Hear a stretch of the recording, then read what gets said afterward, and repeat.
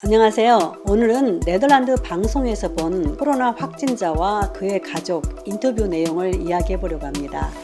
저는 아들이 네덜란드에 살고 있어서 네덜란드 방송을 유튜브를 통해서 자주 보거든요. 최근에는 코로나 사태로 인해서 네덜란드도 좀 심각한 상황이잖아요. 그래서 코로나 뉴스를 자주 보게 됐는데요. 한 방송사에서 코로나 확진자를 기자가 인터뷰하는 거예요. 코로나 확진자와 기자가 직접 가까이 대면해서 하기는 어렵잖아요. 기자는 밖에 멀리 서서 하고 코로나 확진자 커플은 창문을 열어놓고 인터뷰가 진행이 되더라고요. 그래서 일단 관심이 가잖아요. 어쨌든 얼굴을 내놓고 얼굴을 전혀 가리지 않은 상태에서 기자랑 당당하게 인터뷰를 하는 모습을 보고 좀 놀랬거든요. 기자가 어떤 내용을 인터뷰하는가 하고 들어봤더니 어디에 혹시 다녀왔냐고 묻더라고요. 그리고 코로나 확진 판정을 받았을 때 어떤 느낌이 들었냐고 물었는데, 이 코로나 확진 커플이 하는 이야기가 자기들이 이탈리아를 다녀왔대요. 그리고 한 며칠 후에 이제 몸에 증상이 좀 있어서 코로나 확진 판정을 받게 됐다 그러더라고요. 확진 판정을 받았을 때 너무나 당황스럽고 처음에는 좀 웃음이 나왔다 그래요. 설마 자기들이 걸렸을까 해서. 그렇지만 또 담담하게 받아들였다고 하더라고요. 지금 자가 격리된 지 얼마나 됐냐고 기자가 물어보니까 한 10일 정도 자가 격리 상태라고 말하더라고요. 이분들이 이제 이탈리아에 다녀온 후로 집에 계속 머물렀는데 한 3일쯤 되니까 여자친구가 먼저 열이 나기 시작했다고 그래요. 좀 약간 추운 것도 느끼고, 왜 우리가 감기 걸리면 그런 증상들 있잖아요. 그런 증상을 느끼게 돼서 병원에 가게 됐고 확진 판정을 받았다고 말을 하더라고요. 지금 현재 코로나 감염된 상태에서 관리는 어떻게 받고 있느냐 기자가 이렇게 질문을 하니까, 네덜란드도 우리처럼 질병관리본부 같은 헤헤데라고 하는 데가 있거든요. 각 지역마다 각기 있는데 그런 곳에서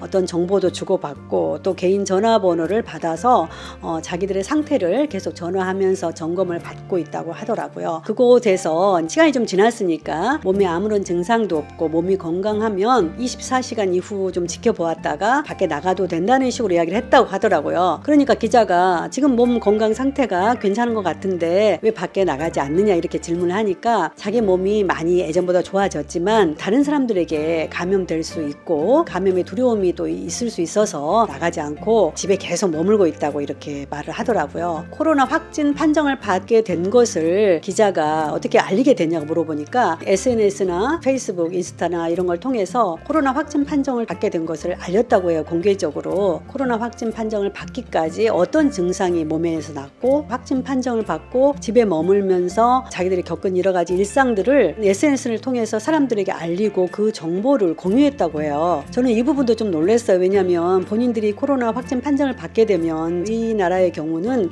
사실 좀 알리지 않으려고 하잖아요. 드러내놓고 내가 코로나 확진자다 사실 말하는 게 쉽지는 않지만 자기들의 상황을 이런 정보를 공유함으로 인해서 코로나를 예방하고 주의할 수 있게 하는 거, 그런 이야기까지 하더라고요. 저는 또 너무 재밌었던 게 인터뷰 끝 말미에 자기들이 코로나 확진 판정을 받게 되면서 그 내용을 알리게 되고, 그렇게 하면서 자기들이 사귀게 되고 동거하는 사실까지도 알리게 된 것들이 약간 좀 그렇지만 그럼에도 불구하고 자기들은 개의치 않는다, 이런 식의 인터뷰가 진행되는 걸 봤어요. 확진자 커플을 기자가 인터뷰하는 것도 저에겐 참 새로웠어요. 그리고 또 하나 예는 뭐였냐면, 자기 동생이 16살인데 코로나에 감염된 거예요. 그래서 그 동생은 어린이 병동에 격리되어 있는 상태고 그 형이 또 기자와 함께 인터뷰가 진행된 거예요. 근데 그 기자가 역시 바깥에서 인터뷰를 진행했고 그 형은 집안에 창문을 열고 인터뷰 진행하는 모습을 봤어요. 그래서 기자가 동생이 어떻게 해서 감염된 것 같냐고 여쭤보니까 이 집이 미장원을 운영하는 집인 거예요. 형이랑 동생이 미장원에서 같이 일을 했는데 하루에 매일매일 많은 사람들이 미장원에 손님들 오잖아요. 그리고 또 미장원 머리하다 보면 오랫동안 머물게 되고 미장원에서 많은 손님을 대하면서 동생이 걸린 게 아닌가 이렇게 지금 형이 보고 있더라고요. 기자가 16살 동생이 평소 건강이 어땠는지 여쭤보니까 굉장히 건강했다는 거예요. 뭐 보통 사람들처럼 아프지도 않았고 건강하게 밖에서 아주 잘 뛰어놀았고, 코로나 약간 증상이 있을 때도 밖에서 놀았다는 거예요. 몸에 약간 이상 증상이 있을 때. 그런데 놀면서도 몸이 좀 이상하다, 안 좋다 그래서 그 다음날 하루 종일 침대에 누워 있었대요. 감기 증세인 것처럼 열이 나고 목도 붓고 머리도 아프고 이런 여러 가지 증상들이 증상들이 있었다고 합니다. 가족들이 놀렸나 봐요. 장난까지 너 코로나 걸린 게 아닌가? 너 코로나 걸린 게 아니야? 이렇게까지 했는데 실제 검사를 받아 보니까 코로나에 감염된 거예요. 그래서 바로 격리 조치된 상태죠. 어때요? 가족이 한 명이 코로나에 감염돼 있으니까 모든 가족들이 자가 격리가 된 상태죠. 모든 가족들이 다 검사를 받았느냐? 아직 검사를 다 받지 않은 상태라고 기자와 인터뷰를 했고, 자기 아빠가 약간 몸이 좀 좋지 않은 증상이 있어서 주치의가 집에 와서 검사를 했는데 특별한 이상 증상은 없었다, 이 정도 이야기를 하더라고요. 그러면서 이 형이 인터뷰를 하면서 자기 막내 동생인데 저렇게 코로나에 감염돼서 너무 마음이 아프다. 자기가 형이지만 동생을 찾아가서 볼 수도 없고 너무 안타깝다. 너무 마음이 아프다. 이런 내용을 많이 이야기했거든요.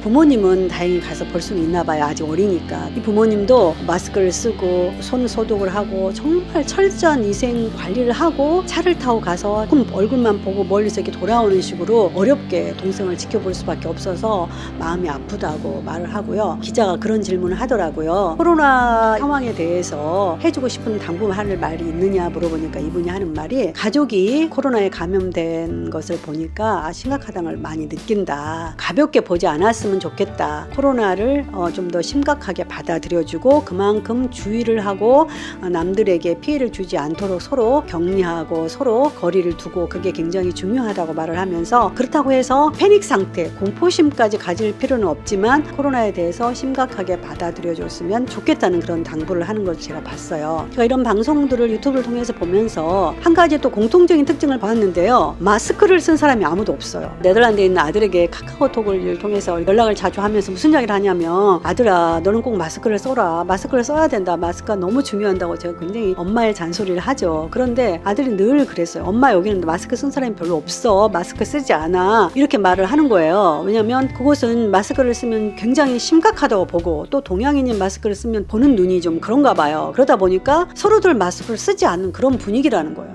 같은 코로나로 지금 현재 심각한 어려움을 겪고 있는데 유럽의 많은 사람들, 특별히 네덜란드 사람들이 마스크를 아직도 많이 쓰고 있지 않다. 또 아들의 말을 통해서도 그랬고, 지금 인터뷰를 통해서 많은 사람들의 방송을 봤는데도 마스크를 쓰지 않는 모습을 보면서 우리가 많이 다르구나, 그 코로나를 보는 시각도 좀 다르구나, 그런 생각을 했고요. 어쨌든 제가 유튜브 방송을 보면서 크게 느낀 거는, 코로나에 대해서 어떻게 이렇게 코로나 확진자가 당당하게 기자와 얼굴을 내밀고 인터뷰를 할 수 있을까, 그런 부분. 또한 가족들도 자기 가족이 코로나에 걸린 거에 대해서 마음 아파하면서도 언론을 통해서 인터뷰하는 모습이 우리하고 좀 다른 문화가 아닌가, 그런 생각이 들어서 제가 유튜브 방송을 통해서 그 내용을 소개했습니다.